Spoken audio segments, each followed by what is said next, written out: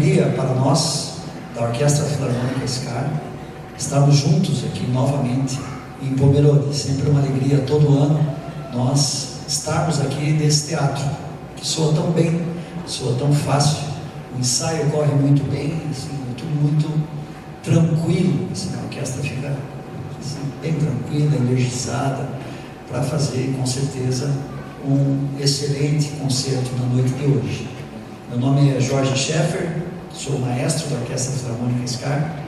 Gostaria de dar essas boas-vindas para vocês com esse abraço todo harmonioso e melódico dessas duas primeiras obras, Pompa Circunstância e Finlândia. A música de concerto, a música clássica, a orquestra sinfônica é um bem inestimável da humanidade, né? A quantidade de possibilidades que um compositor tem para escrever as suas partituras é ilimitada, não existe como chegar ao fim, né?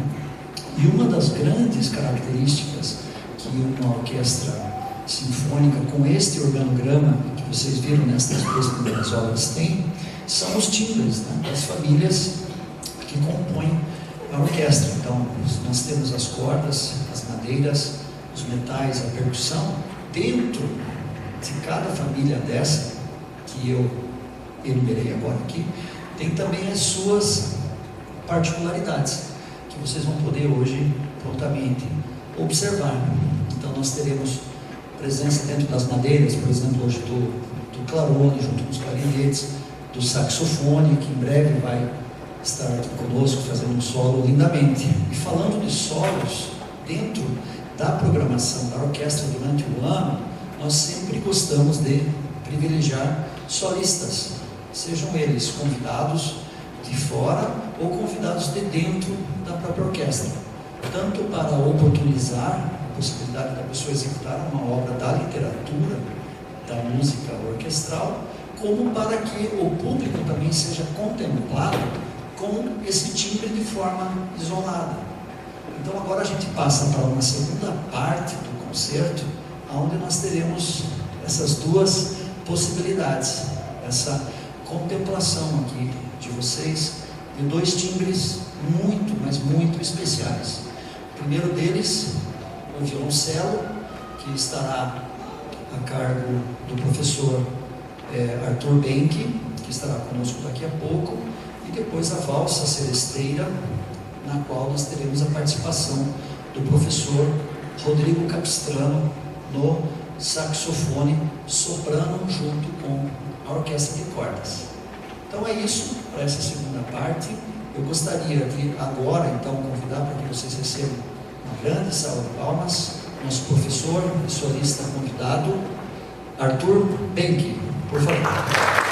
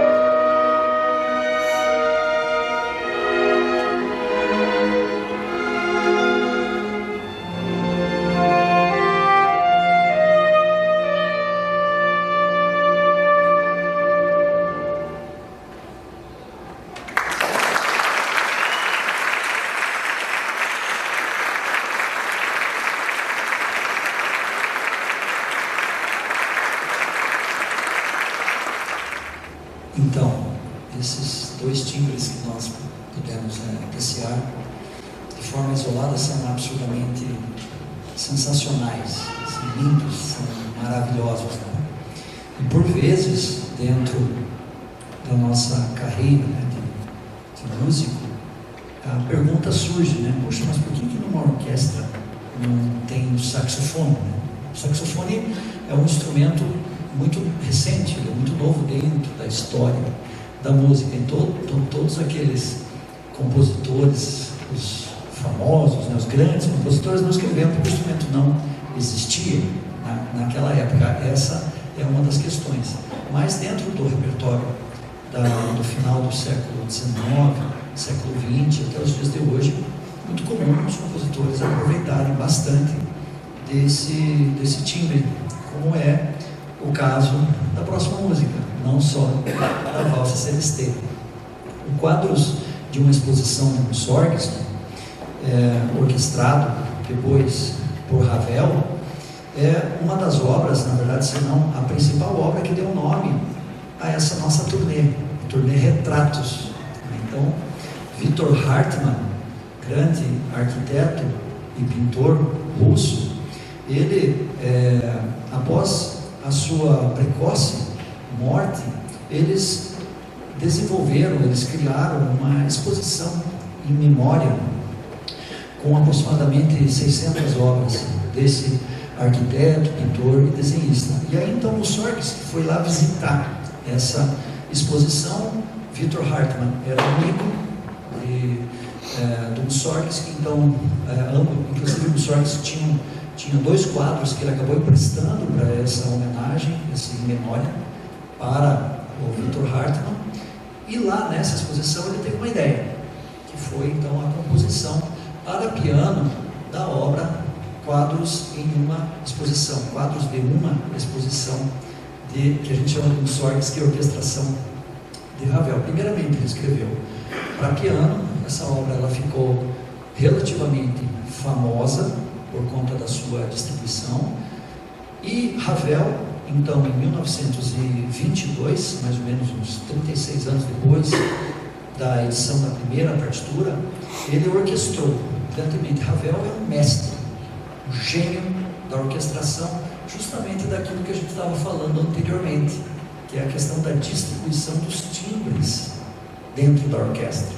Então vocês vão notar agora, dentro dessa obra, que os timbres são muito bem explorados por Ravel. Mas Jorge, o que simboliza exatamente essa obra, Quadros de uma Exposição? Então, Mussorgsky pegou ideias de 10 quadros, de 10 pinturas, de 10 desenhos, né, do Victor Hartmann, e escreveu então uma obra para piano.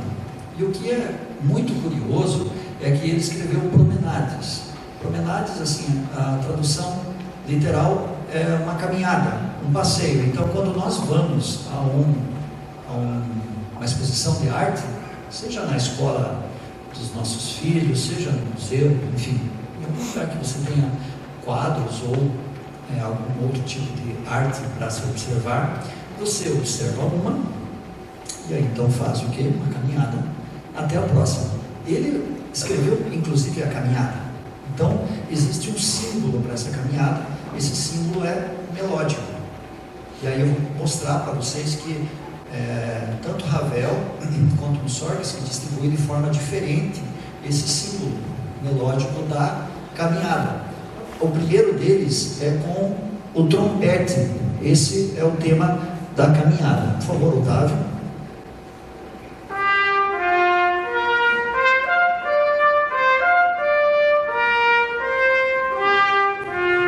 Isso. Obrigado, Otávio. Agora com a trompa, também o mesmo tema.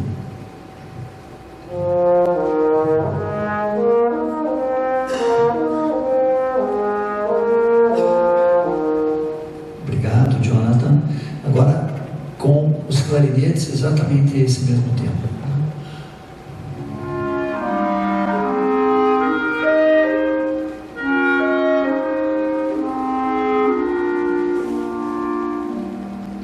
Então ele explora os timbres para trazer a sensação dessa caminhada. Então quando você parou de ver um determinado quadro, e aí você está indo para outro quadro.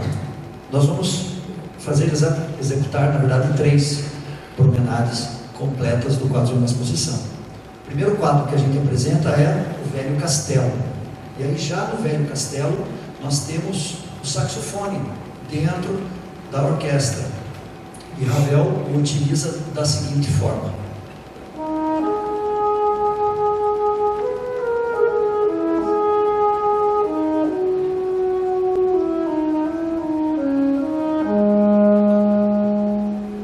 Obrigado, Rodrigo. E aí, seguindo o próximo quadro, Jardim das Tulherias. É um jardim francês onde tem muitas flores, muitas crianças brincando, pessoas, enfim, mulheres, homens, famílias correndo, e é simbolizado exatamente por esse tema.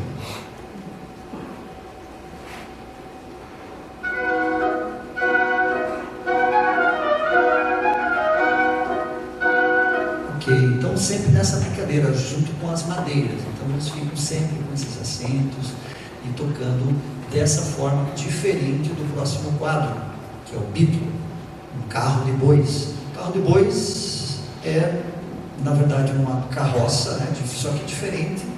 Quem não conhece, porque ela tem rodas maiores, a madeira é mais robusta, enfim, às vezes com 1 ou 2 bois, né? Então, nesse quadro, o símbolo, né, é de um carro de boi que vem do horizonte, do nada, onde você enxerga ele assim, de maneira minúscula.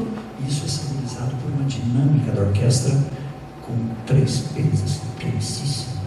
E esse carro de boi, ele vai chegando perto da gente, ele passa na nossa frente com uma dinâmica gigantesca e ele vai embora. Então a dinâmica também é o jogo, na verdade, que Ravel conseguiu de um mesmo tema que fica se repetindo, mas a dinâmica nos transporta para algo que vem do menor para o maior e novamente para o menor. Então essa roda do carro de boi é simbolizada por essa introdução aqui.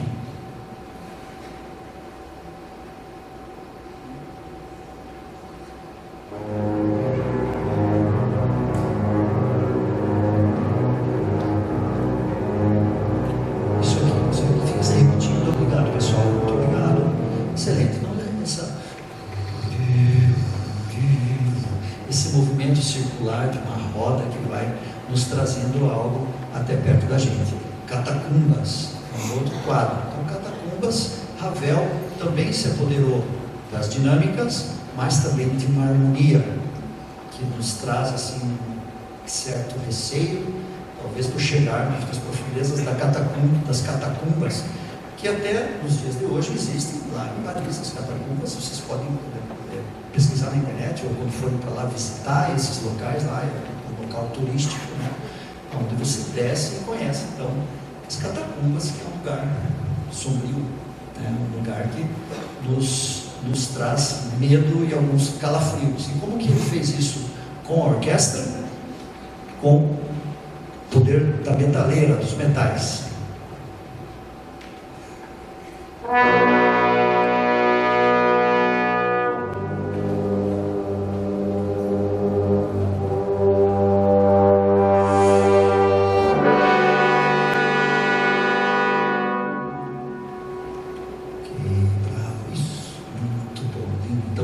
Essas diferenças nos dão, né, nos traz essa noção de profundidade com harmonia dissonante, um pouco do medo. O último quadro, o Grande Portal de Kiev. Então essa foi uma obra visionária que se queria construir em Kiev, capital da Ucrânia, mas não foi construído de fato. Mas o desenho, esse desenho existe até hoje. O Victor Hartmann participou dessa competição, ele como arquiteto. Esse desenho existe, é um portal absurdamente gigante. Assim, nós temos que imaginar algo com uns 30 metros de altura, com muito concreto. Essa ideia que eu estou trazendo para vocês é uma análise no desenho do quadro, porque você consegue ver o tamanho das pessoas. Então, pela proporção, você imagina o tamanho desse portal. Não tem portas, né? Muito parecido com talvez o Arco do Triunfo, né? E qual que é a curiosidade desse portal? Ele traz a grandiosidade da orquestra por completo, mas no meio é a única obra, é o único quadro que ele traz novamente a promenade que é aquele passeio. Então, além de ser gigantesco esse quadro, esse grande portal de Kiev, você passa dentro dele. Você não está apenas observando o quadro, você tem a sensação que você está cruzando ele, porque novamente o tema da promenade vem com os trompetes e os metais arrebentando. Então acho que é isso. Eu até me estendi demais, mas eu gosto muito de trazer essas informações, porque isso nos aproxima e deixa ainda mais quente esse final de concerto com a obra Quadros de uma exposição com a Orquestra Filarmônica SCAR. Muito obrigado para todos vocês e vamos em frente. Que Deus abençoe vocês nesse final de noite. Obrigado.